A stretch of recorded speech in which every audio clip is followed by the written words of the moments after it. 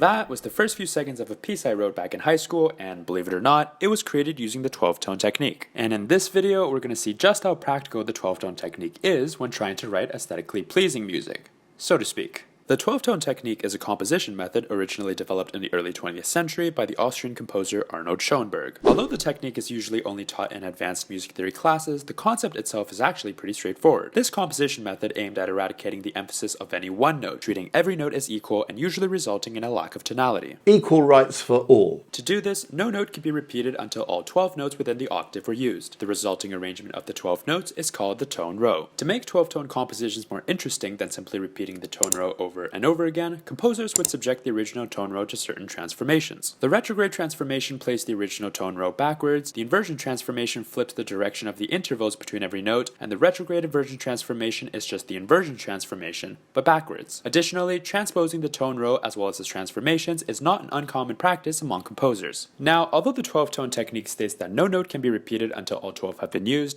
this isn't entirely true. I mean, having to follow this rule while trying to write a piece for an ensemble or an entire orchestra would just be ridiculous. Bruh. This rule only applies to the creation of the tone row, and not the entire composition. Which brings us back to the piece from the start of this video. Okay, so before we get into this piece, I'm sure you probably have a few questions already, so let me just begin with some context. During my last year of studies at the Royal Conservatory of Music, I started experimenting with using the 12-tone technique in my compositions. I also had this idea where I would try to write music based on a movie, or really just any form of visual art. So literally what I would do is watch a movie with the audio off and try to write music to fit the visuals. Anyways, I ultimately decided to use this movie titled Le Roi et l'Oiseau. Released in 1980 and based on the fairy tale La Bergère et le Ramoneur by Hans Christian Andersen, this film for children is regarded today as one of the best works of French animation. To set the film to music, I divided the film into a dozen separate clips and based one composition on each clip. Each composition, which I guess could be technically considered a movement, was to be created using the 12-tone technique. The piece from the start of this video is the third movement and was based on this. Now, I'm not going to get into the plot of the entire movie, but basically in this scene, the audience learns that the two protagonists are in love with each other, a key moment that helps propel the rest of the story. As you can imagine, this scene is intimate and tender, which is not something the 12-tone technique is particularly good at conveying.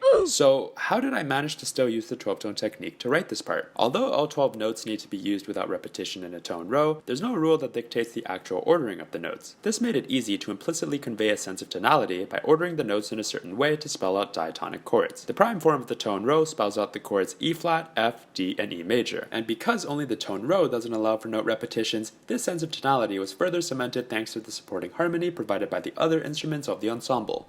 Now, unfortunately, this isn't as easy as it seems. As you progress in writing the tone row, less and less notes become available to you, making it more and more difficult to spell out diatonic chords. This is why, although the tone row I created manages to spell out major chords, the actual chord progression makes virtually no sense. This is also why there's a random C sharp at the very end of the prime row, and the reason why some notes are technically missing. But by using a slow tempo and a carefully crafted choice of instruments, I more or less managed to sweep these problems under the rug. Plus, you get to experiment with some pretty wacky chord progressions. And who knows, maybe limiting yourself to using all 12 notes at the scale without repetition could be a fun way to challenge yourself. So, yes, it is possible for the modern day composer to use the 12-tone technique and still come up with something that's pleasant to the ear. Albeit that's pretty much the opposite of what the technique was originally intended for. Either way, hopefully the piece we investigate in this video convinces you to give the 12-tone technique a shot the next time you're composing, regardless of what genre you're going for. And maybe this composition method, once considered the most popular technique among composers, will make a comeback one day and be just as popular as it was back in the 50s.